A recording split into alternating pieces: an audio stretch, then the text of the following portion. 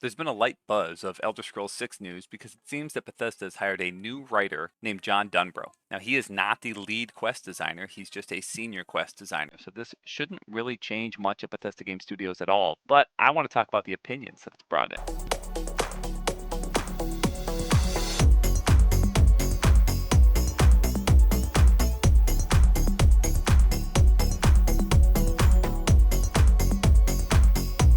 All right, so the reason this is news is because this guy worked on Dragon Age The Veilguard, Mass Effect Andromeda, and Anthem. Titles that are either objective failures or, at best, pretty bad flops. On the other hand, he worked on a lot of games like Mass Effect 2, Mass Effect 3, different expansions, parts of Bioshock, and a bunch of other games, some of them with a very good reception. His most recent project should be coming out later this year, Ghost of Yotai, I don't know. I've never played any of these games. And fans of this series are very nervous because there are two writers from the Veilguard, not just this guy, but a different one, that moved to Sucker Punch Productions. So that's what he's done for the past 2 years just before moving to Bethesda Studios right now. And the only reason we know that someone at this position was hired is because people are following these Veilguard writers around. I mean, they did make something that was a lightning rod for a lot of cultural topics, and if writing could be objectively bad, I think this is what we would call objectively bad writing. So what I wear is a problem for you?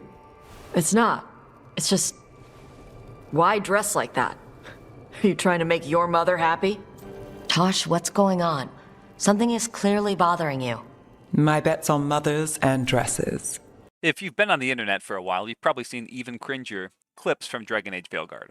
However, John Dombrow did not write that Tosh character. Patrick, or Trick, Weeks did. I wrote Trainer on Mass Effect 3. She was a same-sex female romance. And my first draft of Samantha Trainer was all about her being a lesbian and what it meant to be a lesbian in the Mass Effect universe in that year, at that time. And the other writers, I remember Mac Walters, our lead writer, gave me really good feedback that was like, this is great, now make her more of a character. Well, now for the Veilguard, this person was the lead writer. There was no one to hold them back. That's the story they created. This doesn't really have much to do with John Dombrow at all. John Dombrow wrote Davrin, who is this character.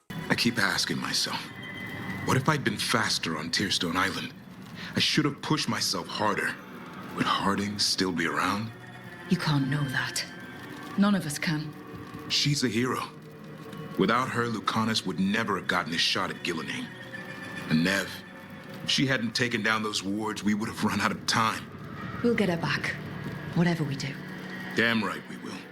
I don't know. I've never played Dragon Age The Veilguard. I don't have a strong opinion about this Davrin character, but he doesn't seem horrific or totally cringeworthy. With that said, Todd Howard and Bethesda should probably have a little more forethought to hire people who have this kind of track record. But I think if you take a holistic view of all of his work and actually look at the characters he wrote, it's a mixed bag, like every writer I've ever read. He's absolutely capable of making something interesting, something creative, and something new. So if he's working on a faction, I do think it is positive. The one interview I could find with him, he also talked about how much he loves Skyrim.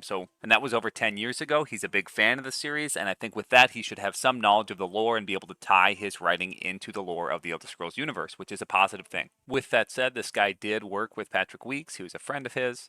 I don't see that as a problem at all. But if you are vehemently anti-woke, yes, the Elder Scrolls 6 will have pronouns. And by pronouns, I mean there's going to be body type A and body type B, or 1 and 2. I would be absolutely stunned if this was not the case, and if that's a deal breaker for you, then I recommend you do not buy Elder Scrolls 6. While I do personally find it kind of cringy, I think most people, myself included, don't view that as that big of a deal. And yes, I'd prefer that my fantasy worlds acknowledge that men and women are different, just like Oblivion and Morrowind did. Even if it's just in subtle ways, I think it creates a more believable and livable world. But I'm also not willing to give up all of my entertainment because, well, the world's different. What am I going to do about it? In fact, if I was going to talk about video games that bother me on a cultural level, it's actually good video games that have a subtle cultural message. Baldur's Gate 3 has done a much better job pushing the culture than Dragon Age Veilguard could ever do.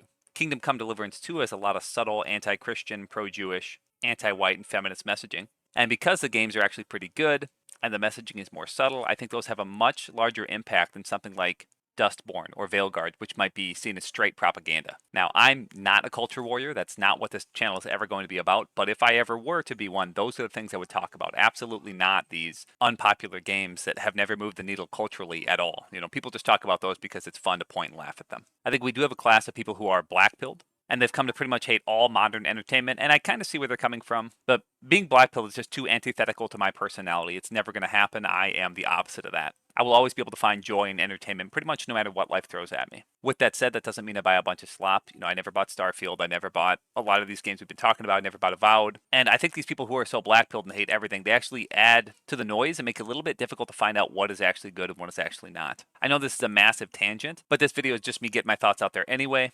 I think people who have never really liked any Bethesda game went into Starfield expecting it to be something different. That was kind of dumb of them. You should know what you like and be able to look for games that will fit that niche that you like. If you didn't like Oblivion, if you didn't like Skyrim, if you don't like Fallout 4, and you hated Starfield, you are not going to like Elder Scrolls 6. You're going to hate it. That is what modern Bethesda is. If you did enjoy those things, well, then you're going to probably enjoy Elder Scrolls 6. Us zooming in and looking at every hire that they do can be kind of fun as like a YouTube thing to do, but really there's no point in it. You're not going to get any new information. I think you already know. If you hate everything Bethesda's done since 2006, yep, you're going to hate Elder Scrolls 6. And if you like most of it or even half of it, there's a good chance you're going to like Elder Scrolls 6.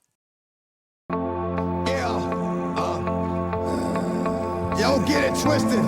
This rap shit is mine, motherfuckers. A fucking game.